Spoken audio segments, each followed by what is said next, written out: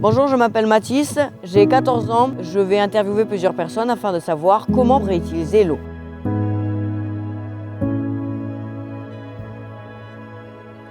Bonjour les enfants, bonjour Mathis, bonjour Clara. Bonjour Benjamin, vous parlez que l'arbre avait un rôle dans le cycle de l'eau. Pouvez-vous expliquer quel est ce rôle ?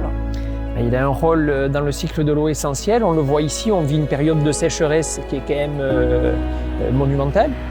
Et l'arbre, il va aider via l'évapotranspiration à former des nuages. Et cette formation de nuages va permettre un jour ou l'autre à la pluie de retomber sur le territoire. Pourquoi on plante des arbres à côté des pistes cyclables ou à côté des routes? Premièrement, pour maintenir le sol en place, pour éviter en fait que ce dernier s'érode. Les racines de l'arbre vont lui permettre de se stabiliser. Un deuxième sujet d'importance, c'est travailler sur la dimension épuratoire de l'arbre, c'est-à-dire comment l'eau qui s'imprègne dans le sol va progressivement être plus propre et renaturer le territoire, apporter du paysage, apporter de la biodiversité. Et comme tu le vois avec ces cyclistes qui passent derrière nous, l'arbre va amener de l'ombre et va permettre de mieux pratiquer l'espace. Est-ce que quand on plante des plantes, ça fait faire venir plus de papillons ou d'insectes? On parle d'un terme que vous devez connaître, c'est la biodiversité. L'insecte est indissociable de la plante. Pas que de l'arbre, mais de la plante. On va le reposer. Et après, il faut en prendre soin aussi des arbres.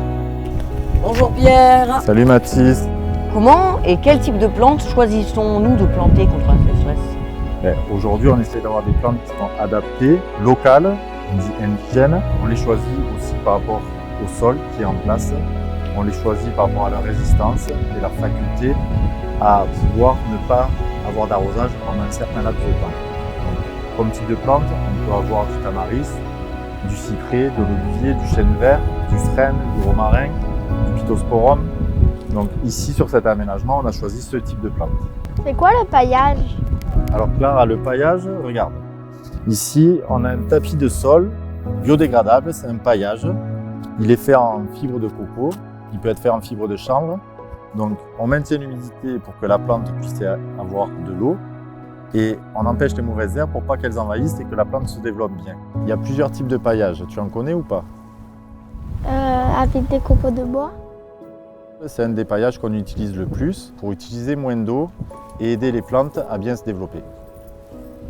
Là vous voyez, on a le goutte à goutte. Le goutte à goutte, c'est le système d'arrosage le plus économique en eau. On donne de l'eau goutte à goutte aux végétaux, juste la quantité qu'il faut, ni plus ni moins. Et après, on peut l'arrêter quand la plante est suffisamment forte pour se développer toute seule.